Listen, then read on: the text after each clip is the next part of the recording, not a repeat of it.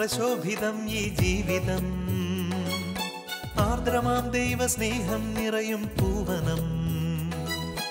ആതുരപൂർണ പ്രശോഭിതം ഈ ജീവിതം, ആർദ്രമാം ദൈവസ്നേഹം നിറയും പൂവനം.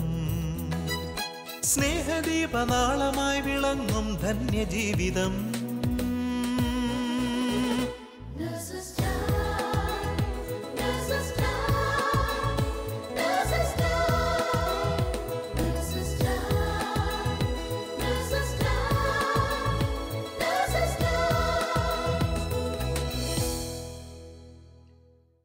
ഈശോ മിശിഹായ്ക്ക് സ്തുതിയായിരിക്കട്ടെ. ലോകത്തിൻ്റെ ഏതു ഭാഗത്താണ് നിങ്ങളിപ്പോൾ ആയിരിക്കുന്നതെങ്കിലും ആ ഇടങ്ങളിൽ യേശുവിൻ്റെ ഒരു ജ്വലിക്കുന്ന സാക്ഷിയായി മാറട്ടെ എന്ന പ്രാർത്ഥനയോടെ നേഴ്സസ് ടൈമിൻ്റെ ഈ പുതിയ എപ്പിസോഡിലേക്ക് എല്ലാവരെയും സ്നേഹത്തോടെ സ്വാഗതം ചെയ്യുന്നു. സാധാരണയായി ഇന്ത്യക്ക് വെളിയിൽ ജോലി ചെയ്യുന്നവരെ, അതായത് മറുനാടൻ മലയാളികളെ പ്രവാസികൾ എന്നാണ് വിളിക്കുന്നത്.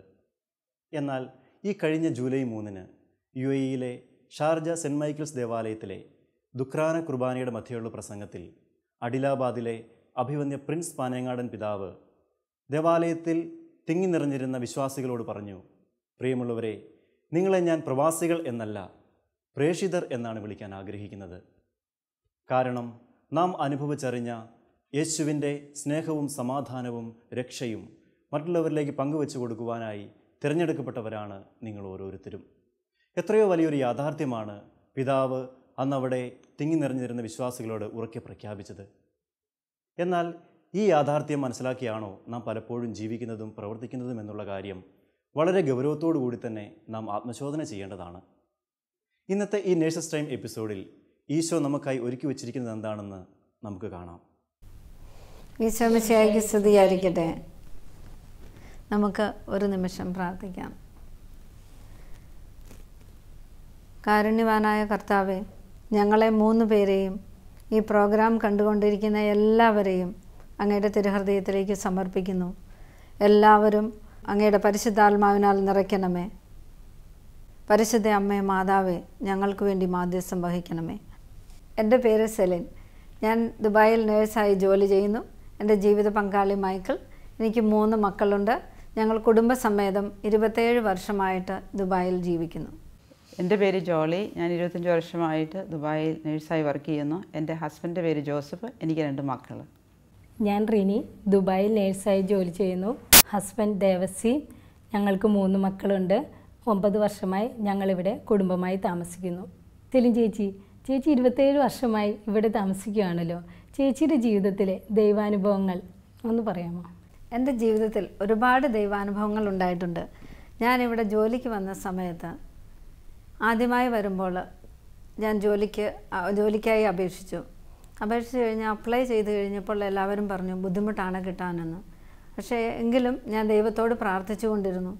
ഞാൻ ജോലിക്കായിട്ട് പോയി, ഇൻ്റർവ്യൂവിന് അവിടെ ചെന്ന് കഴിഞ്ഞപ്പോൾ അവിടെ കുറേ പേർ ഇരിക്കുന്നുണ്ടായിരുന്നു. അവരെന്നോട് ചോദിച്ചു, നിങ്ങൾ എത്രാമത്തെ പ്രാവശ്യമാണ് പരീക്ഷ എഴുതാൻ വന്നതെന്ന്. ഞാൻ പറഞ്ഞു, ഞാൻ ആദ്യത്തെ പ്രാവശ്യമാണ് എക്സാം എഴുതാൻ വന്നത്. അവർ പറഞ്ഞു, ഞങ്ങൾ 2-3 പ്രാവശ്യമായി വന്നത്, ഇപ്രാവശ്യമെങ്കിലും ഒന്ന് കിട്ടിയാൽ മതിയായിരുന്നു. അത് കേട്ടപ്പോൾ ഞാൻ വിചാരിച്ചു, ദൈവമേ, ഇത് ഒത്തിരി ബുദ്ധിമുട്ടുള്ള പരീക്ഷയാണല്ലോ, പക്ഷേ എന്നാലും അങ്ങ് എനിക്ക് വേണ്ടി ഈ ജോലി വെച്ചിട്ടുണ്ടെങ്കിൽ എനിക്ക് തീർച്ചയായും കിട്ടും, ഞാനതിൽ പാസ്സാകുമെന്ന് എനിക്ക് ഒരു വിശ്വാസമുണ്ടായിരുന്നു. ദൈവത്തോട് ഞാൻ പ്രാർത്ഥിച്ചു കൊണ്ടിരുന്നു. ഞാൻ ഇൻ്റർവ്യൂ കഴിഞ്ഞു, റിസൾട്ടിന് വേണ്ടി വെയിറ്റ് ചെയ്തു. അന്ന് എക്സാം എഴുതിയ 14 പേരിൽ ഞങ്ങൾ 2 പേർ, ഞാനും വേറൊരാളും മാത്രമാണ് പാസ്സായത്. അത് ദൈവത്തിൻ്റെ അനുഗ്രഹമല്ലാതെ എന്താണ്? എനിക്ക് അങ്ങനെ ഒരു ജോലി ലഭിച്ചു. ഞാൻ ആ ജോലിയിൽ മുന്നോട്ട് സന്തോഷത്തോടു കൂടി എൻ്റെ കുടുംബത്തോടു കൂടി എൻ്റെ ജീവിത പങ്കാളിയോടുകൂടി മുന്നോട്ട് പോയിക്കൊണ്ടിരുന്നു. 4 മാസം കഴിഞ്ഞതിന് ശേഷം എനിക്ക് ദൈവം വേറൊരു ജോലി, അതിലും കൂടുതൽ ശമ്പളത്തിൽ എനിക്കായിട്ട് ഒരുക്കി വെച്ചു. അതും ദൈവത്തിൻ്റെ ഒരു കരുണ മാത്രമാണ്. എൻ്റെ ജീവിതത്തിലുണ്ടായ ഓരോ അനുഭവങ്ങളും ദൈവത്തിൻ്റെ അനുഗ്രഹങ്ങൾ മാത്രമാണ്. അത് അങ്ങനെ സന്തോഷപൂർവ്വം ഞങ്ങൾ മുന്നോട്ട് പോകുന്നു. എനിക്ക് കുഞ്ഞുങ്ങളുണ്ടായി. നമുക്ക് ഈ ജോലിയിലൂടെ നമുക്ക് കുടുംബത്തിൽ നാട്ടിലും ഉള്ളവരെ സഹായിക്കാനും സാധിച്ചു. അങ്ങനെ മുന്നോട്ട് പോയിക്കൊണ്ടിരുന്ന സമയത്ത് ഒരു 10 വർഷം കഴിഞ്ഞ് കാണും, പെട്ടെന്ന് എനിക്കൊരു ടെർമിനേഷൻ ഓർഡർ വന്നു. അത് ഞങ്ങൾക്ക് ഒരു ഭയങ്കര ഷോക്കായിരുന്നു. കാരണം ഞങ്ങൾക്ക് ആകെ ആശ്രയമുള്ളത് ദൈവം മാത്രമായിരുന്നു. ദൈവത്തോട് ഞങ്ങൾ മുട്ടിപ്പായി പ്രാർത്ഥിച്ചു കൊണ്ടിരുന്നു.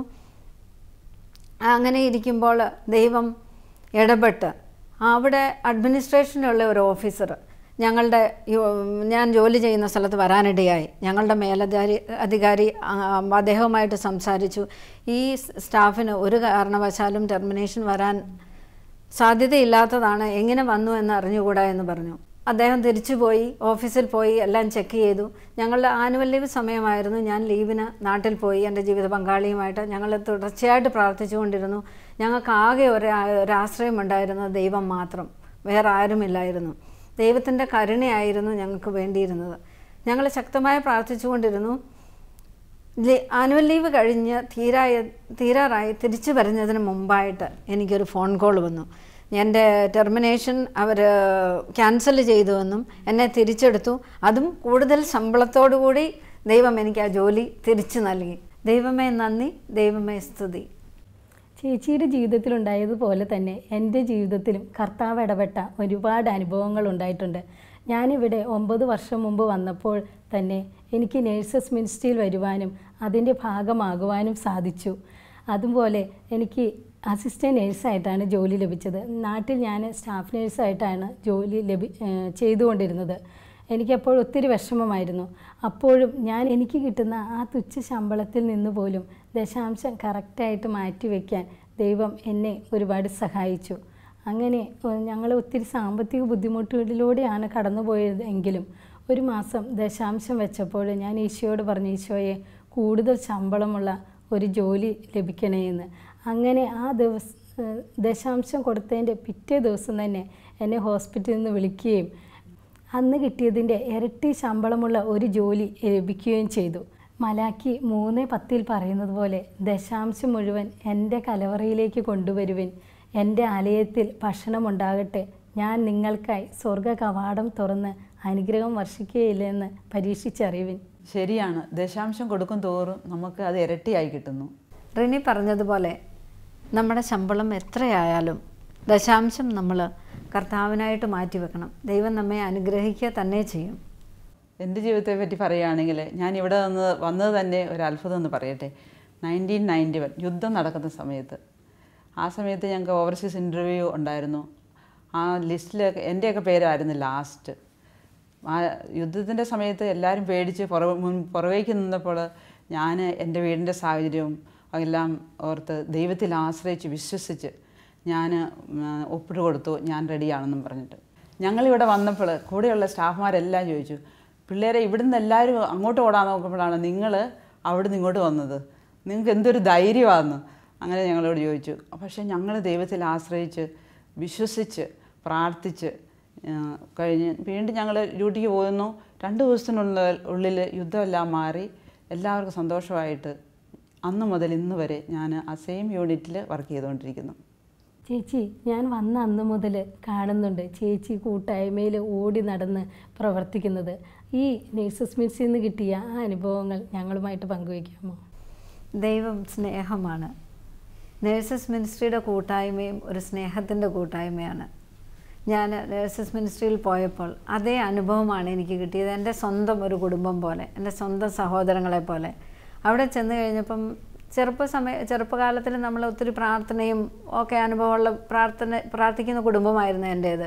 എങ്കിൽ കൂടി നേഴ്സസ് മിനിസ്ട്രിയിൽ പോയതിന് ശേഷം എനിക്ക് ഒത്തിരി ദൈവത്തെക്കുറിച്ച് കൂടുതൽ അറിയുവാനും പിന്നെ നമ്മളുടെ ദുഃഖങ്ങൾ, സന്തോഷങ്ങൾ, സങ്കടങ്ങൾ പങ്കിടാനുള്ള സ്വന്തം സഹോദരങ്ങളെ പോലെ പങ്കിടാൻ പറ്റിയ ഒരു കുടുംബമായിരുന്നു അത്. അപ്പോൾ ആ കുടുംബത്തിൽ നിന്ന് ഒരിക്കലും വേർപെട്ട് നിൽക്കാൻ എനിക്ക് തോന്നിയിട്ടില്ല. അവിടെ വന്നതിന് ശേഷം എനിക്ക് കൂടുതൽ പ്രാർത്ഥിക്കാനായിട്ട് പഠിച്ചു. നേരത്തെയൊക്കെ നമ്മൾ വണ്ടിയൊക്കെ ഓടിച്ച് ഞാൻ പോവുകയാണെങ്കിൽ പാട്ടൊക്കെ കേട്ട് പോവും. അപ്പോൾ അവിടെ നേഴ്സസ് മിനിസ്ട്രി വന്നു കഴിഞ്ഞാൽ ആ പ്രാർത്ഥന അനുഭവത്തിൽ വന്നു കഴിഞ്ഞതിന് ശേഷം ഒരിക്കലും ഞാൻ അങ്ങനെ സിനിമാ പാട്ടോ ഒന്നും ഇട്ട് പോകാറില്ല. നമ്മളിപ്പം വണ്ടി ഓടിച്ചു പോകുന്നു, ഒത്തിരി ട്രാഫിക് ജാം എല്ലാം വരുന്നു. അപ്പോൾ ആണെങ്കിൽ ഞാൻ ദൈവത്തിനെ സ്തുതിച്ചുകൊണ്ടിരിക്കുമ്പോൾ ഞാൻ എൻ്റെ ജീവിതത്തിൽ എന്നെ അനുഭവിച്ചിരിക്കുന്നതെന്ന് ചോദിച്ചു കഴിഞ്ഞാൽ ആ ട്രാഫിക് സ്മൂത്തായിട്ട് പോകുന്നതാണ് എനിക്ക് കാണാൻ സാധിച്ചിട്ടുള്ളത്. പിന്നെ ദൈവം എൻ്റെ ജീവിതത്തിൽ ഒത്തിരി അനുഗ്രഹങ്ങൾ എനിക്ക് നേഴ്സസ് മിനിസ്ട്രിയിലൂടെ തന്നിട്ടുണ്ട്. നമ്മുടെ കൂടെ നമ്മുടെ ദുഃഖത്തിൽ, നമ്മുടെ സന്തോഷത്തിൽ എല്ലാം ഇവർ ഒന്നിച്ചു ചേരുന്നു. അതായത് നമുക്ക് എന്തെങ്കിലും ഒരു വിഷമം വന്നു, അപ്പം നമ്മുടെ സഹോദരങ്ങളോട് പറയും. അവരെല്ലാവരും കൂടെ ഒന്നിച്ച് പ്രാർത്ഥിക്കും. ആ പ്രാർത്ഥിച്ച് കഴിയുമ്പം ആ മുറിയിൽ എന്ത് നമ്മൾ എല്ലാവരും കൂടെ ഒന്നിച്ച് ചേർന്ന് പ്രാർത്ഥിച്ചിട്ടുണ്ടോ ഇതുവരെ കിട്ടാതെ പോയിട്ടില്ല. എൻ്റെ ഒരു അനുഭവം പറയുകയാണെങ്കിൽ, ഈ ജോലി മുന്നോട്ട് പോയിക്കൊണ്ടിരുന്ന സമയത്ത് അവർ പറഞ്ഞു ഒരു ഹാദിൻ്റെ എക്സാം എഴുതണം, അത് കഴിഞ്ഞ് അങ്ങനെയാണെങ്കിൽ മാത്രമേ നമ്മുടെ ജോലിക്ക് വീണ്ടും മുന്നോട്ട് പോകാൻ പറ്റുകയുള്ളെന്ന്. ഞാൻ 25 വർഷമായിട്ട് ഡെൻ്റൽ സെക്ഷനിൽ തന്നെ ജോലി ചെയ്തുകൊണ്ടിരിക്കുന്നതാണ്. മറ്റേ സെക്ഷനുകളിലൊന്നും ജോലി ചെയ്യുന്നില്ല. അപ്പം ഞാൻ ഓർത്ത്, എൻ്റെ ദൈവമേ, ഇത്രയും വർഷമായി നഴ്സിംഗ് പഠിച്ചു കഴിഞ്ഞിട്ട് ഇനി ഈ പരീക്ഷ എനിക്ക് പാസ്സാകാൻ പറ്റുമോ എന്നുള്ള ഒരു ചിന്തയിൽ, വിഷമത്തിൽ ഞാനിരുന്നു. പക്ഷേ എന്താണെങ്കിലും ഞാൻ ആ ബുക്ക് എടുത്തു, പഠിച്ചു തുടങ്ങി, എല്ലാം ഓർമ്മ വന്നു. പക്ഷേ കുറച്ച് കഴിയുമ്പോൾ അതെല്ലാം മറന്നു പോവും. എന്നാലും ദൈവത്തിൽ ആശ്രയിച്ച് പ്രാർത്ഥിച്ചുകൊണ്ടിരുന്നു. ഞാൻ എൻ്റെ സഹോദരങ്ങളോട് നേഴ്സസ് മിനിസ്ട്രിയിൽ പറഞ്ഞു, എനിക്കിങ്ങനെ പരീക്ഷയുണ്ട്, നിങ്ങളെല്ലാവരും പ്രാർത്ഥിക്കണം. അവർ പ്രാർത്ഥിച്ചുകൊണ്ടിരുന്നു. എക്സാമിന് പോയി. എക്സാമിന് ഹാളിൽ കയറി ദൈവത്തിനോട് ഞാൻ പറഞ്ഞു, പൊന്നുതമ്പുരാനെ, എൻ്റെ ഒരു കഴിവുമല്ല, അങ്ങയുടെ പരിശുദ്ധാത്മാവിനെ അയച്ച് എൻ്റെ ഈ പരീക്ഷയിൽ എന്നെ ഒന്ന് പാസ്സാക്കി തരണേ, അല്ലാതെ എനിക്കൊരു കഴിവുമില്ല ഇത് പാസ്സായി കിട്ടാനുള്ളത്. ഞാൻ അങ്ങനെ ദൈവത്തിനോട് പ്രാർത്ഥിച്ചുകൊണ്ടിരുന്നു. പരീക്ഷ എല്ലാം കഴിഞ്ഞു. ഞാൻ റിസൾട്ടിനായിട്ട് വെയിറ്റ് ചെയ്തു.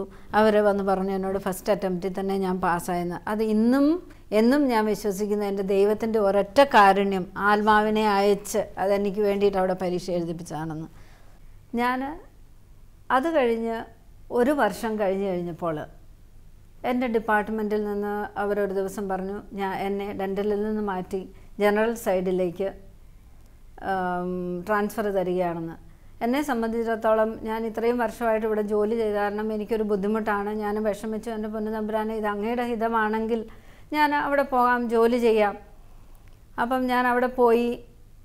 ഞാൻ ഇവരോട്, ഇവിടെ എൻ്റെ സഹോദരങ്ങളോട് വന്ന് പറഞ്ഞു, എനിക്കിങ്ങനെ ഇതുണ്ട്, നിങ്ങൾ പ്രാർത്ഥിക്കണം. ചിലപ്പം ഞാൻ 1-2 ആഴ്ച കഴിയുമ്പോൾ റിസൈൻ ചെയ്തിട്ട് തിരിച്ചു പോരുമായിരിക്കും എന്ന് പറഞ്ഞു. പക്ഷേ ഞാൻ അവിടെ പോയി ദൈവത്തിനോട് പ്രാർത്ഥിച്ച് എന്നും കയറുമ്പോഴേ തന്നെ നമ്മുടെ ക്ലിനിക്കിൻ്റെ അവിടെ ഞാനൊരു കുരിശൊക്കെ വരച്ചിട്ടാണ് കയറിപ്പോകുന്നത്. എല്ലാവരെയും സമർപ്പിച്ച് പ്രാർത്ഥിച്ചിട്ട് പോകും. തിരുരക്തത്തിൻ്റെ സംരക്ഷണം തേടും. അങ്ങനെ ഞാൻ ജോലി ചെയ്തുകൊണ്ടിരുന്നു. 1-2 ആഴ്ച കഴിഞ്ഞപ്പോൾ ഞാൻ അവിടെ അഡ്ജസ്റ്റായി. അവിടെ നല്ല ഇതായിട്ട് ഞാനൊരു 3-4 വർഷമായിട്ട് ഇപ്പം ജോലി ചെയ്യുന്നു. അപ്പോൾ എനിക്ക് മനസ്സിലായി, ഈ ഹാദ് പരീക്ഷ എഴുതിപ്പിച്ചത് എൻ്റെ പൊന്നുതമ്പുരാൻ അറിയാതെ ഒന്നും നടക്കുകയില്ല.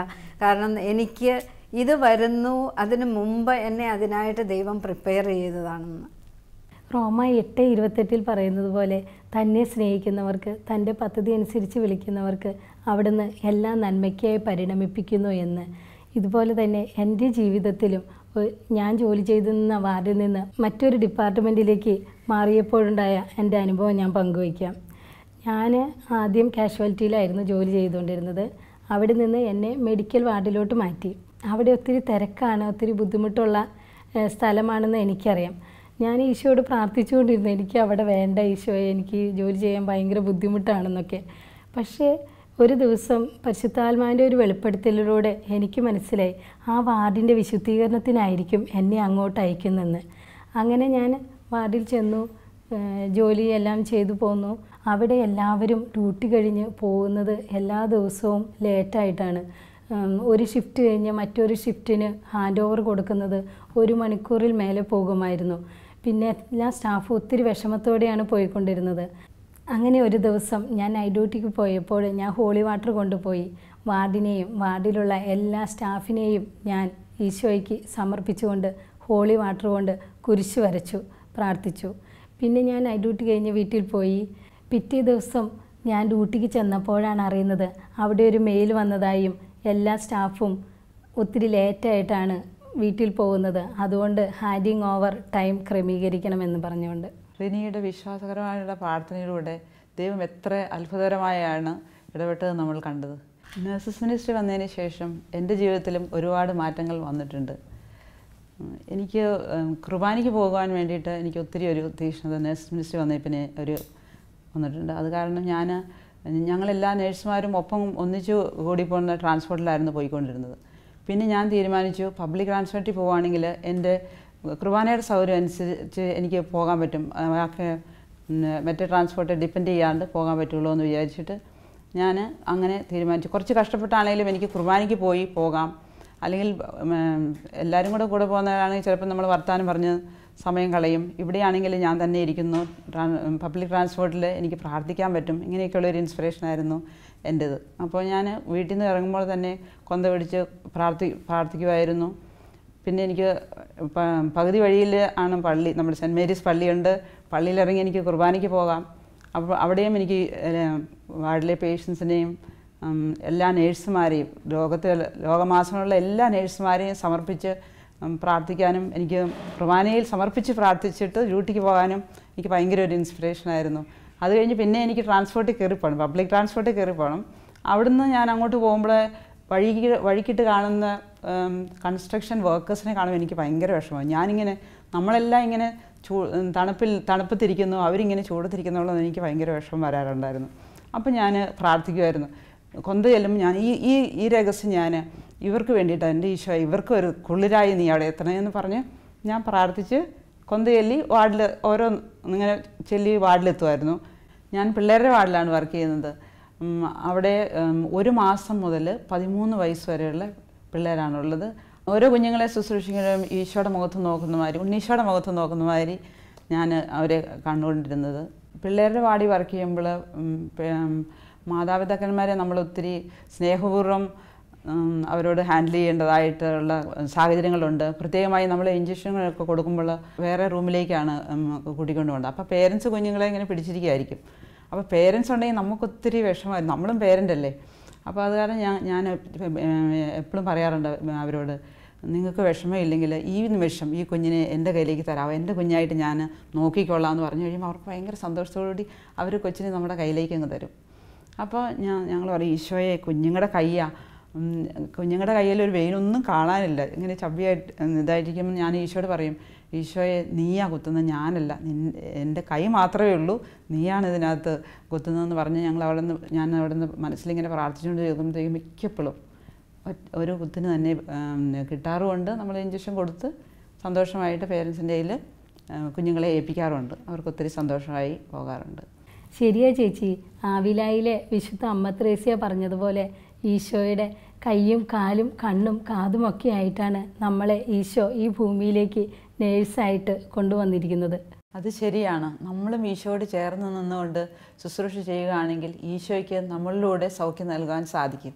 അതുപോലെ തന്നെ നമ്മൾ ശുശ്രൂഷിക്കുന്ന രോഗികൾക്ക് വേണ്ടി നമ്മൾ പ്രാർത്ഥിക്കാൻ എത്ര കടപ്പെട്ടവരാണ് എന്ന് മനസ്സിലാക്കി തരുന്ന ഒരു സംഭവം എൻ്റെ ജീവിതത്തിലുണ്ടായി. കുറച്ച് നാളുകൾക്ക് മുമ്പ് ഞങ്ങളുടെ പള്ളിയിൽ നിന്ന് റീച്ച് ഔട്ട് മിനിസ്ട്രിയുടെ കൂടെ ഹോസ്പിറ്റൽ വിസിറ്റിന് വേണ്ടി എൻ്റെ ഹോസ്പിറ്റലിൽ അവരോടൊപ്പം ഞാൻ പോയി. അവരാദ്യം നേഴ്സിംഗ് സൂപ്പർവൈസറിൻ്റെ കയ്യിൽ നിന്ന് അനുവാദം വാങ്ങിച്ചു. പിന്നെ പേഷ്യൻറ്റിൻ്റെ അടുത്ത് പോയി ഞങ്ങൾ പ്രാർത്ഥിക്കാൻ വന്നതാണ് എന്നൊക്കെ പറഞ്ഞതിന് ശേഷമാണ് ആ രോഗിക്ക് വേണ്ടി അവർ പ്രാർത്ഥിച്ചത്. അതോടൊപ്പം അവർക്ക് വേണ്ടി ഒരു ടീം മധ്യസ്ഥ പ്രാർത്ഥന നടത്തുന്നുണ്ടായിരുന്നു. ഇതിലൂടെ എനിക്ക് കൂടുതൽ ബോധ്യമായി, നമ്മളെ ഈശോയുടെ കൈയും കാലുമായിട്ടാണ് ഈ ഭൂമിയിലേക്ക് അയച്ചിരിക്കുന്നത്. നമ്മൾ ചില രോഗികളെ പ്രാർത്ഥിക്കാതെ വിടുമ്പോൾ ഈശോയ്ക്ക് എന്തൊരു വിഷമം തോന്നിയിട്ടുണ്ടാവും. അവർ ചിലപ്പോൾ കരയുന്ന സമയങ്ങളിൽ ഈശോ നമ്മളോട് പറയുന്നുണ്ടായിരിക്കും, മകളെ നീ ഒന്ന് തൊട്, നീ തൊട്ടാൽ എൻ്റെ രോഗിയെ ഞാൻ ആശ്വസിപ്പിക്കുമെന്ന്. അതുപോലെ ഞാൻ എല്ലാ രോഗികൾക്കും വേണ്ടി, കൂടുതൽ വേദനിച്ചുകൊണ്ടിരിക്കുന്ന രോഗികൾക്കും വേണ്ടി ഞാൻ കഴിയുന്നതും സ്പർശിച്ച് പ്രാർത്ഥിക്കാറുണ്ട്. കുറച്ച് നാളുകൾക്ക് മുമ്പ് ഞങ്ങളുടെ വാർഡിൽ ഒരു രോഗി അഡ്മിറ്റായി. ശ്വാസകോശത്തിൽ വെള്ളം കെട്ടുന്ന അസുഖമായിരുന്നു. ആ ദിവസം അവരുടെ ആ ശ്വാസകോശത്തിൽ നിന്ന് ആ വെള്ളം എടുത്തു കളഞ്ഞു. അന്ന് വൈകുന്നേരം എനിക്ക് നൈറ്റ് ഡ്യൂട്ടി ആയിരുന്നു. ഞാനപ്പോൾ ചെന്നപ്പോൾ രോഗിക്ക് ഒത്തിരി വേദനയാണ് എന്നാണ് ഞങ്ങൾ അറിഞ്ഞത്. അപ്പോൾ ആ രോഗിയെ അസൈൻ ചെയ്തിരിക്കുന്നത് വേറൊരു സ്റ്റാഫാണ്. പുള്ളിക്കാരി പോയി എല്ലാ മരുന്നുകളും, വേദനയുടെ എല്ലാ മരുന്നുകളും തന്നെ കൊടുത്തു. പക്ഷേ പേഷ്യൻ്റ് വേദനയാൽ വിഷമിക്കുന്ന കണ്ടപ്പോൾ ഞാൻ ചെന്നപ്പോൾ അവർ പറഞ്ഞു ഒന്ന് പിടിച്ചിരുത്താനായിട്ട്. അങ്ങനെ ബെഡിൽ നിന്ന് ഞാൻ കസേരയിലോട്ട് ഇരുത്തി കഴിഞ്ഞിട്ട് ഞാൻ അവരെ പുറകിലൊന്ന് തലോടിയിട്ട് ഒരു വിശ്വാസ പ്രമാണം ചൊല്ലി. അത് കഴിഞ്ഞ് ഞാനിങ്ങ് പോന്നു. കുറച്ച് കഴിഞ്ഞപ്പോൾ അവർ വീണ്ടും ബെല്ലടിച്ചപ്പോഴും ആ സ്റ്റാഫ് തന്നെയാണ് പോയത്. അപ്പോൾ അവർ പറഞ്ഞു, എനിക്ക് ഉറങ്ങാനൊന്നും പറ്റുന്നില്ല സിസ്റ്റർ, എന്തെങ്കിലും ചെയ്യണമെന്ന്. അപ്പോൾ ആ സിസ്റ്റർ പറഞ്ഞു, നിങ്ങൾക്ക് തരാവുന്ന എല്ലാ മരുന്നുകളും തന്നു, കുറച്ച് കഴിയുമ്പോൾ ഭേദമാകും എന്ന് പറഞ്ഞിട്ട് പോന്നു. പക്ഷേ അവരോട് പറഞ്ഞു, മുമ്പുണ്ടായിരുന്ന ആ സിസ്റ്ററിനെ ഒന്ന് വിളിക്കൂ എന്ന്. അവർ വന്ന് എന്നോട് പറഞ്ഞു. അപ്പോഴാണ് എനിക്ക് മനസ്സിലായത്, ഞാൻ ആ ഒരു വിശ്വാസ പ്രമാണം ചൊല്ലിയപ്പോൾ അവർക്ക് എന്തെങ്കിലും ആശ്വാസം തോന്നിയിട്ടുണ്ടാവും. അങ്ങനെ കുറച്ച് കഴിഞ്ഞ് ഞാൻ അവരുടെ അടുത്തോട്ട് ചെന്നു. അപ്പോൾ അവർ പറഞ്ഞു, സിസ്റ്റർ എനിക്ക് ഉറങ്ങാൻ പറ്റുന്നില്ല, എന്തെങ്കിലും ചെയ്യണം, നീ പ്രാർത്ഥിക്കണം എന്ന് പറഞ്ഞു.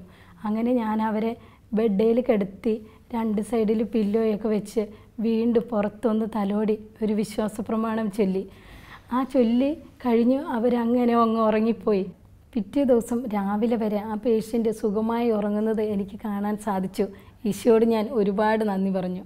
റിനി ആദ്യമായി പോയി ആ രോഗിയെ സ്പർശിച്ച് പ്രാർത്ഥിച്ചപ്പോൾ എന്തെങ്കിലും ഒരു ആശ്വാസം ആ രോഗിക്ക് കിട്ടിക്കാണും. അതാണല്ലോ റിനിയെ വീണ്ടും വിളിച്ചത്. റിനിക്ക് നഴ്സസിൻ്റെ കൂട്ടായ്മയിൽ മധ്യസ്ഥ പ്രാർത്ഥനയുടെ ഉത്തരവാദിത്വം കിട്ടി. ഈ കുഞ്ഞ് 3 പിള്ളേരെയും കൊണ്ട് റിനി എങ്ങനെയാണ് ഇതെല്ലാം ക്രമീകരിച്ചു കൊണ്ടിരുന്നത്? ആദ്യം അവിടുത്തെ രാജ്യവും നീതിയും അന്വേഷിക്കുക, ബാക്കിയെല്ലാം കൂട്ടിച്ചേർക്കപ്പെടും എന്ന് വചനം പറയുന്നല്ലോ. നമ്മൾ ഈശോയ്ക്ക് വേണ്ടി എന്ത് ജോലി ചെയ്താലും ഈശോ നമ്മുടെ കുടുംബത്തിലെ എല്ലാ കാര്യങ്ങളും ക്രമീകരിച്ച് തരും. പിന്നെ ഞാൻ പ്രാർത്ഥനയ്ക്ക് വരുമ്പോൾ ഞാൻ കുഞ്ഞുങ്ങളെയും കൂട്ടിയാണ് മാക്സിമം വരാൻ ശ്രമിക്കുന്നത്. അവരെത്ര വികൃതി കാണിച്ചാലും ഈശോയുടെ സാന്നിധ്യം അവിടെ ഉണ്ടെന്ന് എനിക്കറിയാം. അവരെ ഈശോ തൊടും, അവരുടെ കാര്യങ്ങളും ഈശോ നോക്കുമെന്ന് എനിക്ക് ഉറപ്പുണ്ട്. പിന്നെ മധ്യസ്ഥ പ്രാർത്ഥനയുടെ ശക്തിയെക്കുറിച്ച് പറയുവാണെങ്കിൽ, കുറച്ച് നാളുകൾക്ക് മുമ്പ് എൻ്റെ കൂടെ ജോലി ചെയ്തിരുന്ന ഒരു സിസ്റ്ററിന് ഭയങ്കരമായ വയറുവേദന വന്നു. അപ്പോൾ എമർജൻസിയിൽ വെച്ച് അവരെ സ്കാൻ ചെയ്തപ്പോൾ ഡോക്ടർ പറഞ്ഞു, ഒരു മുഴയുണ്ട്, അഡ്മിറ്റ് ചെയ്യണം, നാളെ CT സ്കാൻ ചെയ്ത് നോക്കണം എന്ന് പറഞ്ഞു. അപ്പോൾ തന്നെ ഞാൻ ചെയിൻ പ്രെയറിന് വേണ്ടി വിളിക്കുകയും എല്ലാവർക്കും അർജൻറ്റ് പ്രെയർ റിക്വസ്റ്റ് ഇടുകയും ചെയ്തു. പിറ്റേ ദിവസം CT സ്കാൻ ചെയ്തപ്പോൾ തികച്ചും നോർമൽ റിസൾട്ടാണ് എനിക്ക് കാണാൻ സാധിച്ചത്. അത് എനിക്കും അനുഭവമാണ് റിനി. നമ്മളെല്ലാവരും ചേർന്ന് ഒന്നിച്ച് പ്രാർത്ഥിച്ചിരിക്കുന്ന ഒരു പ്രാർത്ഥനയ്ക്ക് പോലും ഉത്തരം കിട്ടാതെ പോയിട്ടില്ല. ഈ ലോകത്തിൽ ഈശോയുടെ കരുണയും സ്നേഹവും പങ്കുവയ്ക്കാനായാണ് നമ്മെ ഓരോരുത്തരെയും നേഴ്സുമാരായിട്ട് തിരഞ്ഞെടുത്തിരിക്കുന്നത്. ആ വിളി മനസ്സിലാക്കിക്കൊണ്ട് നമുക്ക് ശുശ്രൂഷ ചെയ്യാം. നമ്മെ ഓരോരുത്തരെയും ദൈവം അനുഗ്രഹിക്കട്ടെ. ഈശോ മിശിഹായ്ക്ക് സ്തുതിയായിരിക്കട്ടെ.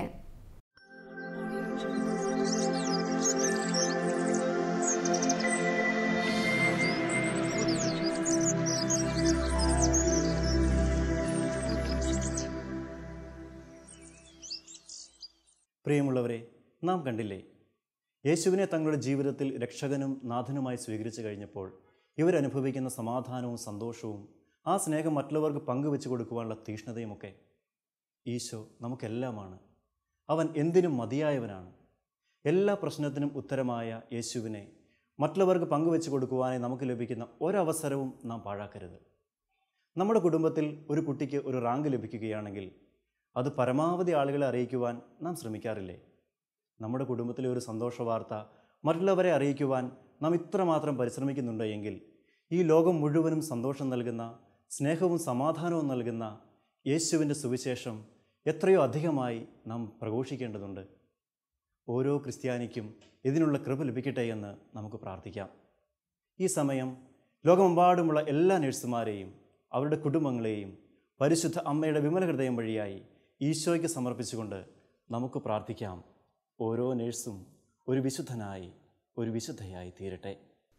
ദൈവമാതാവും ഞങ്ങളുടെ അമ്മയുമായ കന്യകാമറിയമേ, ഫാത്തിമാനാഥേ, എന്നെയും എൻ്റെ കുടുംബത്തെയും തിരുസഭയെയും മാനവകുലത്തെയും ലോകമെമ്പാടുമുള്ള നേഴ്സുമാരെയും അങ്ങേ വിമല ഹൃദയത്തിന് പ്രതിഷ്ഠിക്കുന്നു.